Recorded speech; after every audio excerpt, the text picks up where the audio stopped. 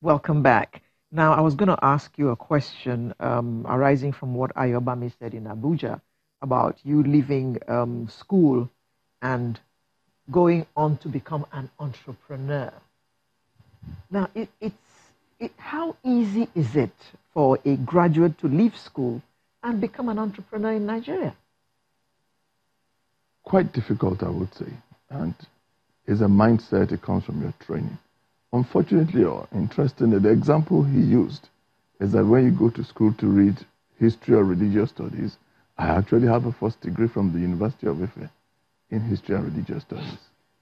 So when he used that example, I could connect it right away. Little did he know. Little did he know I was talking to someone in the studio. However, what did that teach me to do? I left school. I taught for a few years in the Ministry of Education. I went to FSS Suleja. I taught in FSS Aba. I was transferred to King's College Lagos. But one day I made up my mind that looking at my salary structure, I will never be able to buy a brand new car. As a civil servant, my salary then was about 2,000 or 4,000 per annum. And I calculated the price of a brand new 505. Peugeot 505 then was 50,000 naira.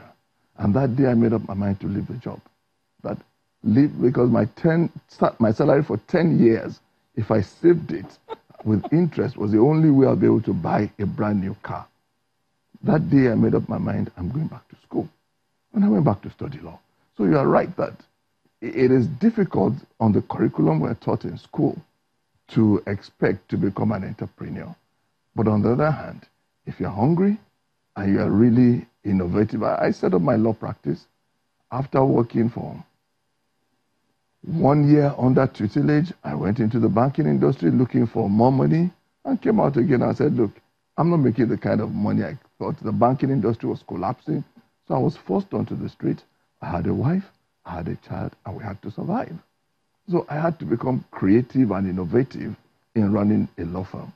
Now, being creative and being innovative sometimes could put you in trouble because you are not looking for how to make ends meet quickly where you want to throw away also integrity and other issues. And those are the things you find because when you're willing to cut costs, cut corners to make money, then you take dangerous risks. And I went into debt recovery, pursuing people for their monies that banks could not get. However, if you're willing and you are determined that you want to make a change, you will eventually. But the problem, I went into a partnership, I got partners when I realized that working by myself, I could not. Partnerships come with different challenges. It comes with difficulties. But if you are willing to sacrifice self and ego and move on, it is possible to get a lot of things done in Nigeria. The opportunities are there. I was talking earlier to my colleague, and I said, employing people is a challenge in Nigeria because everyone you employ is looking at how they can make some little money off you. You send your driver to the filling station, you are not sure he's going to buy complete amount of fuel you send him to buy. You send your maid to the kitchen, to the market, they're stealing money. They come back and shortchange you. And you find that in every sphere of the industry. So when we talk about the greatest problem we have in Nigeria is, first of all, ourselves, corruption, our leaders, and that corruption. There was a time when one of our former leaders said corruption and stealing are different. Today I understand the difference. Stealing is what you find, grant stealing is what you find at the top of the ladder. When the president, the vice president, and people in high authority take directly from the till. Corruption is what you find when you give someone a contract and he says, give me 10 million before I give you a contract. And up there is stealing. Up there is stealing. And we find grant stealing. When grant stealing. When the president, as we have heard, says going to bring 60 billion naira from the treasury one day for no reason.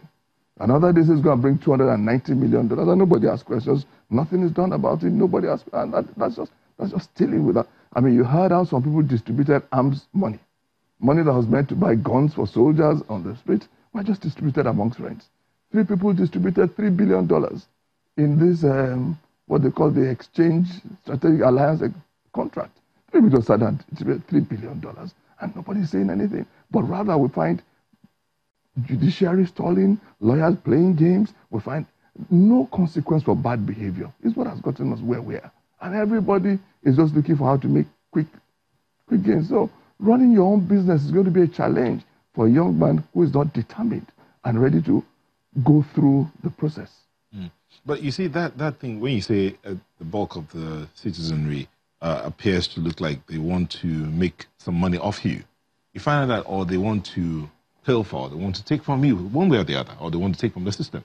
When these same people who want to, or appear to want to take from the system, find themselves in places that have structures that work, consequences, reward and consequence systems, they sort of align. So how is it that it's not working here? And it affects hitting our economy on the negative side. Exactly what I'm saying. That there's no. So how do we make that work? So we have to begin to establish a system where there's a consequence for bad behavior. Most people who behave badly because they know there's no consequence. Get away with it. And I'll take a simple flight out of Nigeria, for example. If you're flying out of Nigeria on British Airways, by the time you land in London Heathrow, you will find the same Nigerians in the plane queuing on the line to get out of the place on immigration, because you know that if you jump the line, you could get arrested there. But as soon as they enter the plane coming back to Nigeria, you find them fighting over luggage space in the head cabin. You find fighting when you come into Nigeria. They're jumping the queues because they know somebody in immigration, somebody has come to pull them off the line. You don't find that in any other country. And because there's no consequence for it.